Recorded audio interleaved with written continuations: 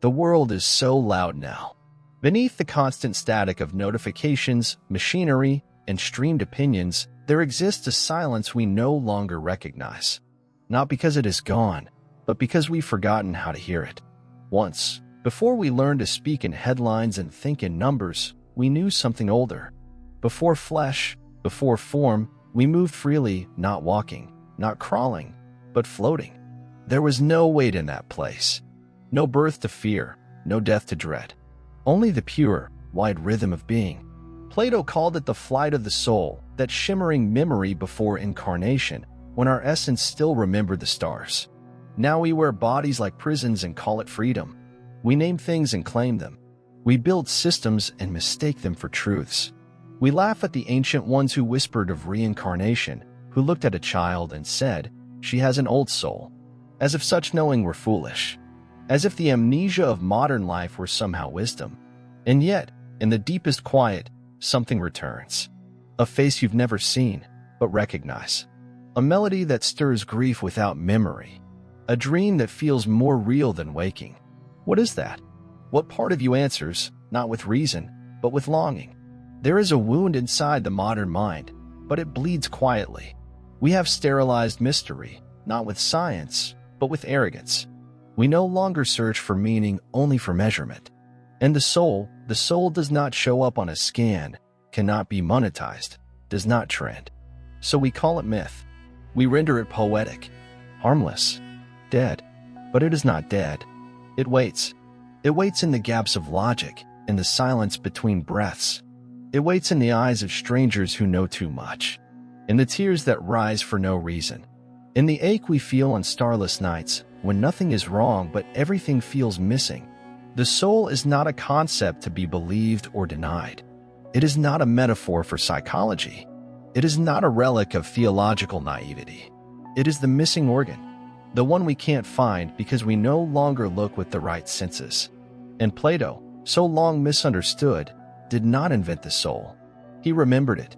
He remembered what we forgot, that we come from a place beyond this one. That learning is not the gaining of knowledge, but the recalling of truth. He called it anamnesis, the deep remembering, not just of facts, but of being, of who we are, of what we were, of where we must return.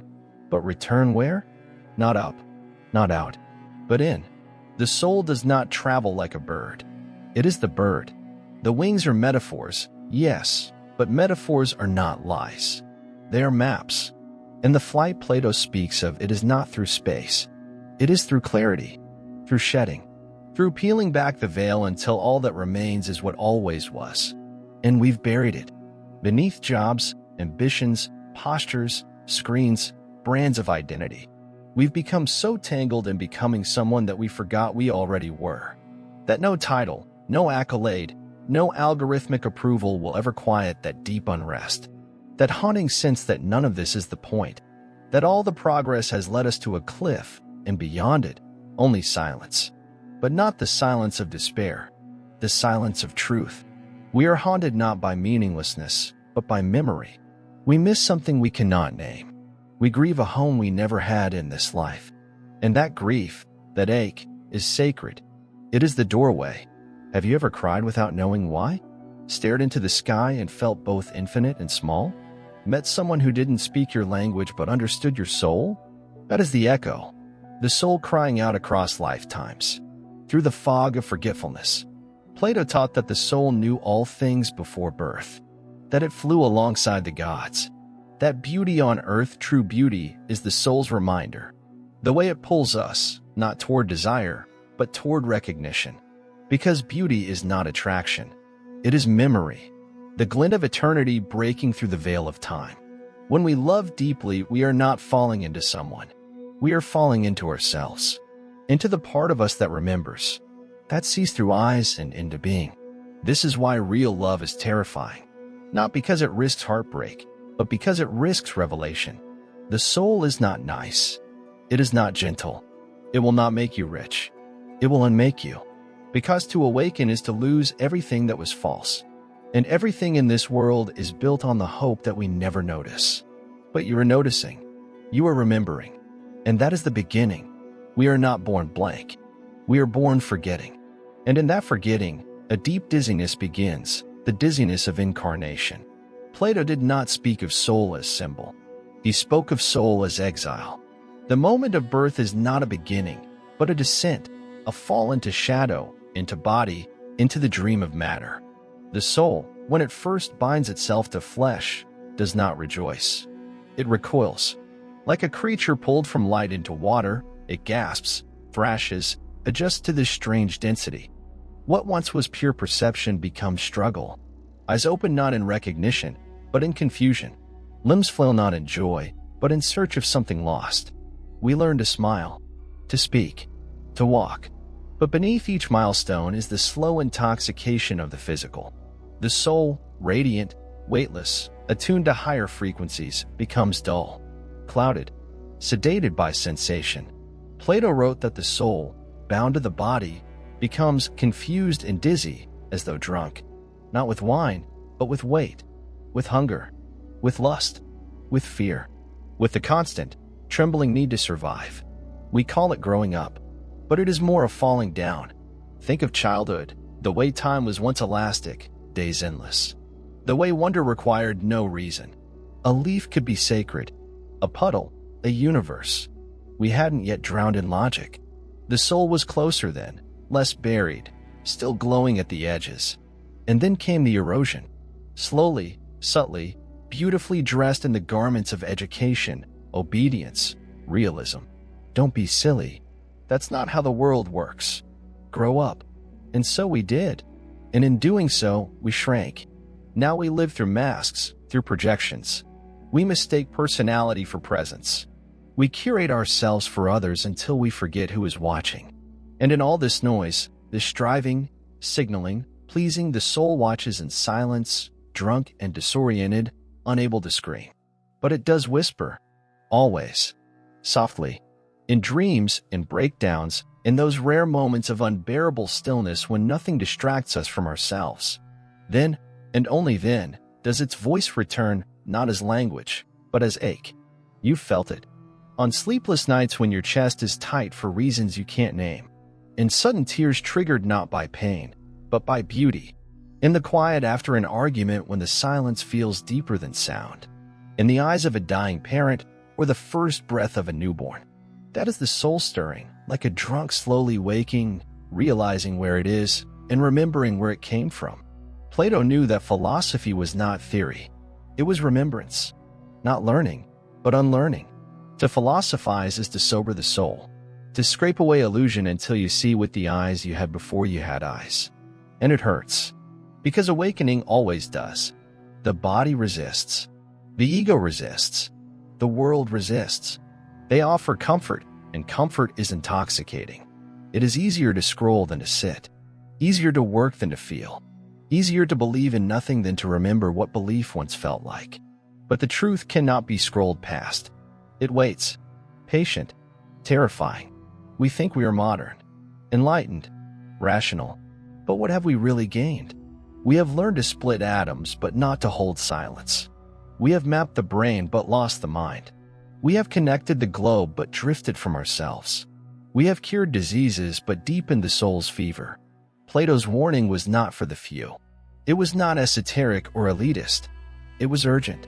The drunk soul builds drunk cities, designs drunk economies, chooses drunk gods and drunk goals. And now we are lost in a civilization that no longer recognizes its own sickness. A world where depth is drowned in speed, where truth is measured in clicks, where beauty is reduced to filters, where death is denied, aging despised, silence avoided, stillness feared. We are drunk, not from wine, but from forgetting. And every now and then, the soul sobers violently. In trauma, in grief, in awe.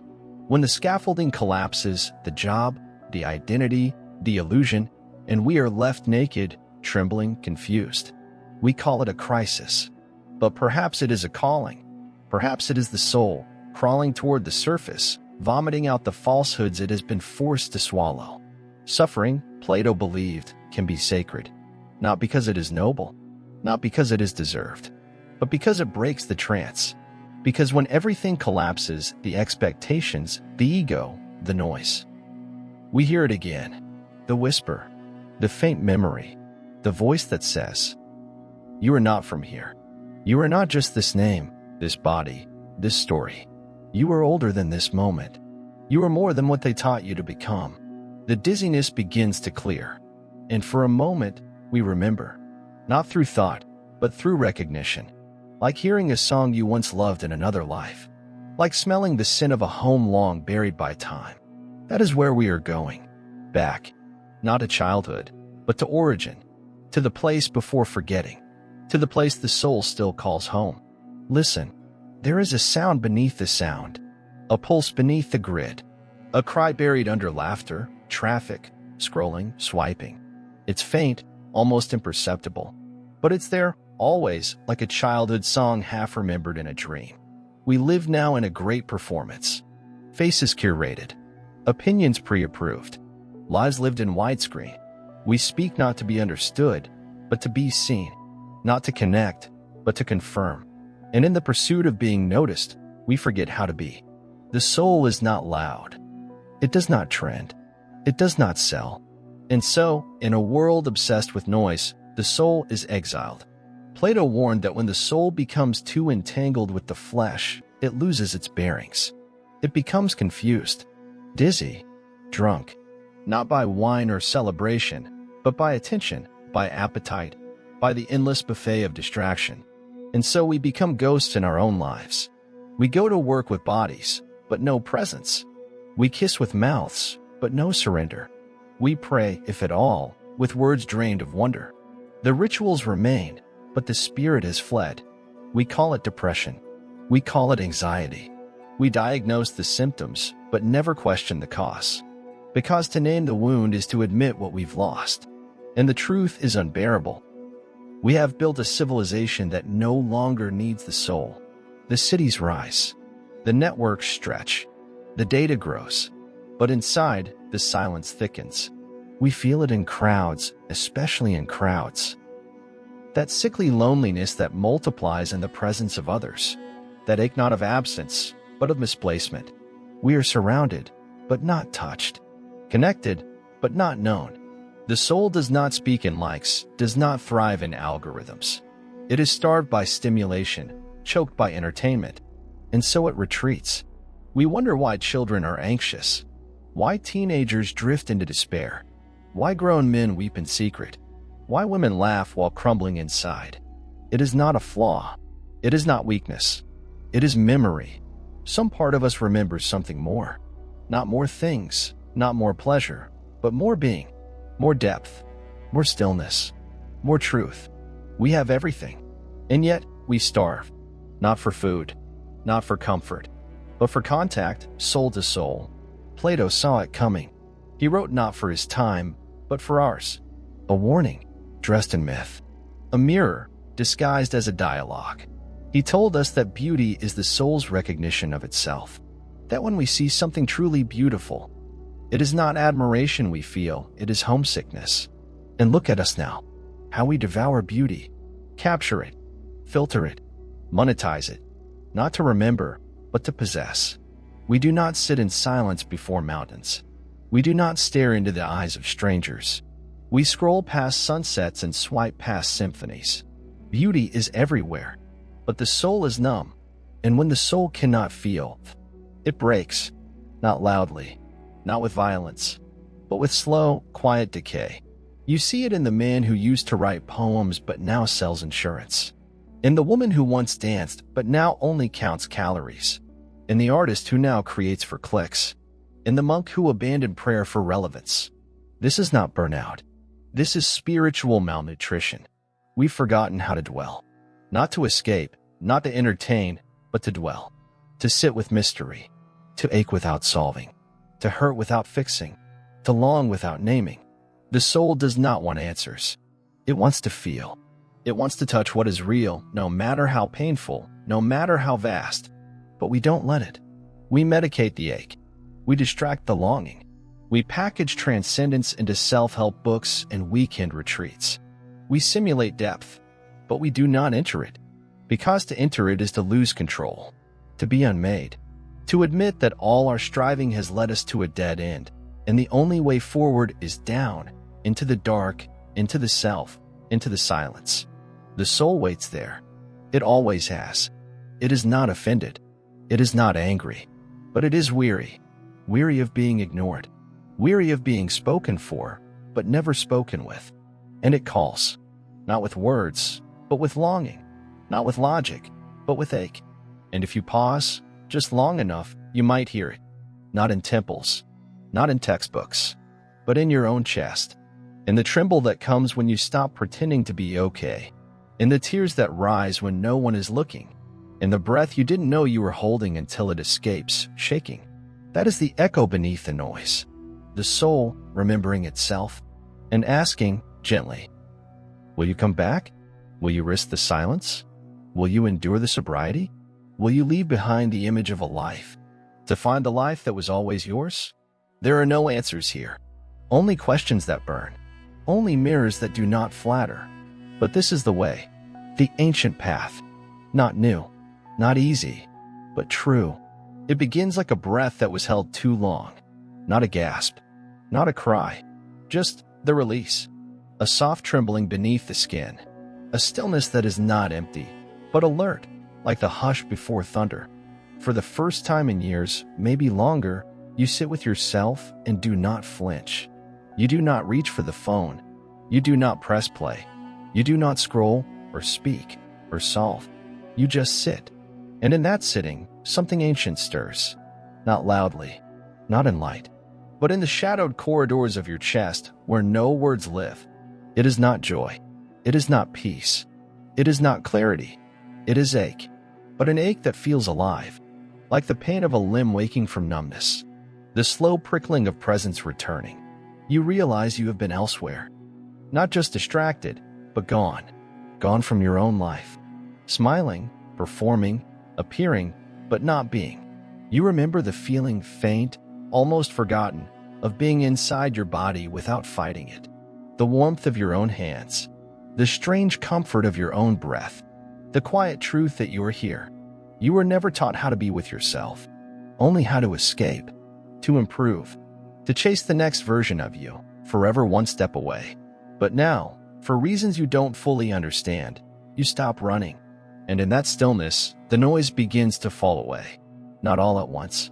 Not cleanly. But like leaves loosening from branches. Slow. Reluctant. Inevitable. Beneath the noise is a space.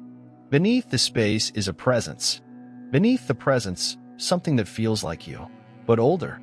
Like the version of you that existed before the world told you who to become. And it is not polished. Not confident. Not strong. It is soft. Vulnerable. Frightened. Even. But it does not lie. It does not pose. It does not sell anything. It simply watches. Waits. Remembers. This is what Plato meant when he spoke of the soul sobering. Not a dramatic awakening, but a quiet coming home. You are not enlightened. You are not healed. You are not ready to teach or write or shine. You are simply no longer pretending. And that is enough. You look around and realize how much of your life has been theater. The roles. The armor. The desperate attempts to be understood when you didn't even understand yourself. You see now that so many of your questions were not questions, they were cries. That so many of your ambitions were not dreams, they were distractions. You had to forget to survive. But you do not need to forget anymore. You can return to yourself, to the soul that has been waiting with endless patience beneath the layers. It will not punish you. It will not shame you. It does not need apologies.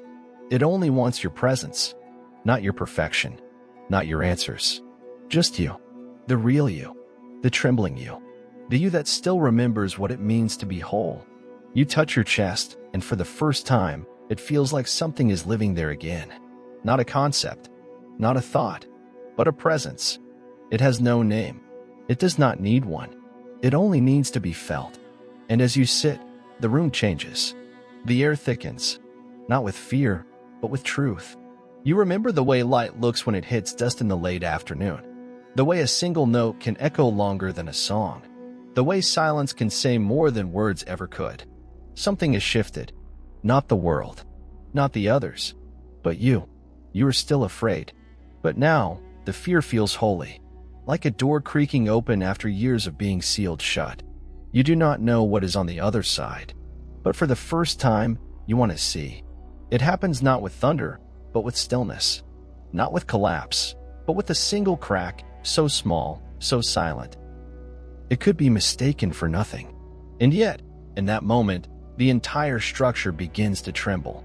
You were made of mirrors, not bone, not blood. Mirrors polished and placed by 1,000 hands, reflecting what they wanted you to be. Beautiful, smart, strong, useful, likable, good. You stood inside this glass body for years, learning its angles, defending its surface. You called it identity. You called it self. But it was only reflection, light bouncing off the expectations of others. And now something inside you says no. Not in anger, not in defiance. Just no. A quiet refusal. A breath against the pain. A question whispered in the dark. What if I am not this? And the mirrors flinch. They know they are fragile.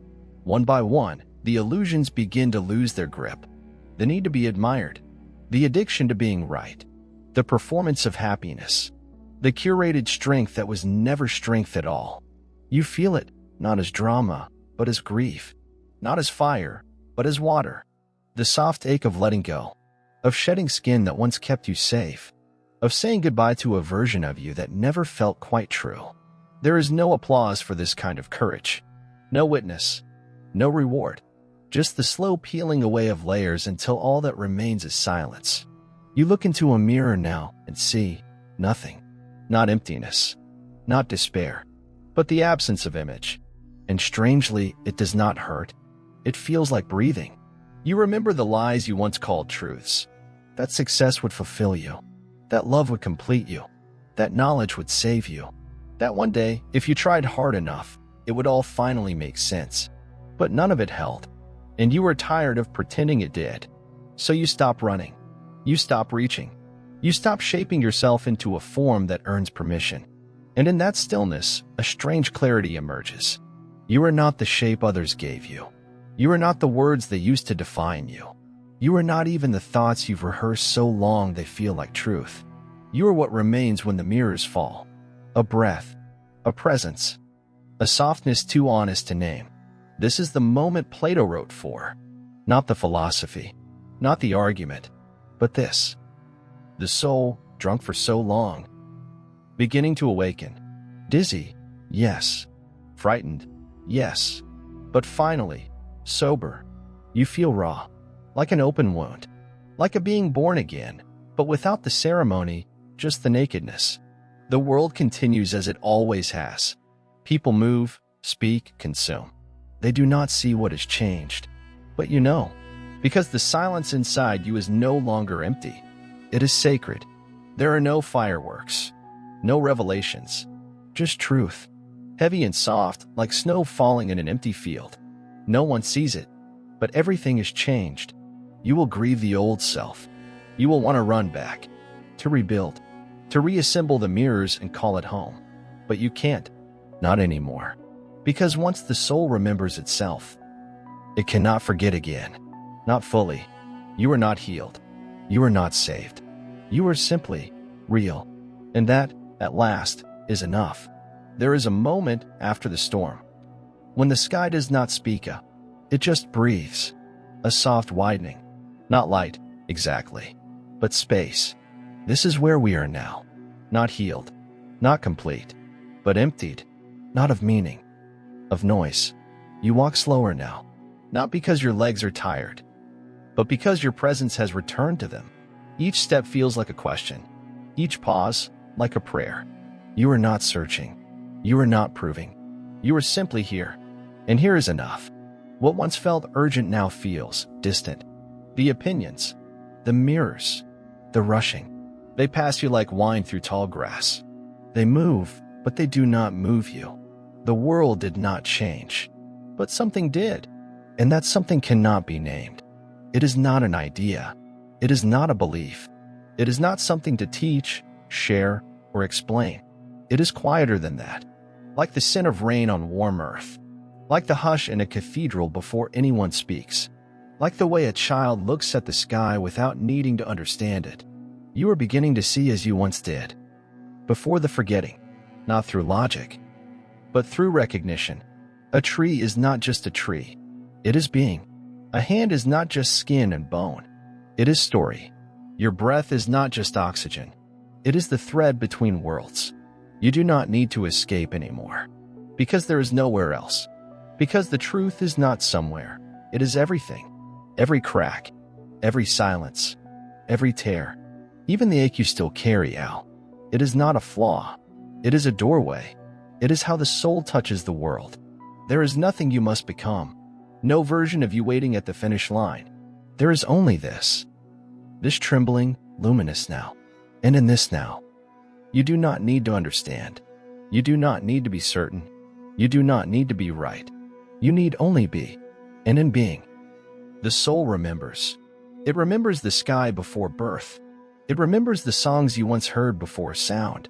It remembers the faces you've never met. But somehow love without reason. You are not alone. Not because someone stands beside you, but because existence itself leans in, softly, holding you without hands. And perhaps this is the only truth we ever needed. Not that life has meaning, but that life is, and that being is enough. There will be days when the forgetting returns, when the mirrors call your name again, when the world asks you to be louder, faster, more. Let them pass. Sit with the ache. Hold the silence. Breathe, because you know now, not as a thought, but as a presence, that what you are cannot be undone, that what the soul is, it has always been, and in the deepest quiet, beneath the body, the mind, the story, you are still there, waiting, watching, home.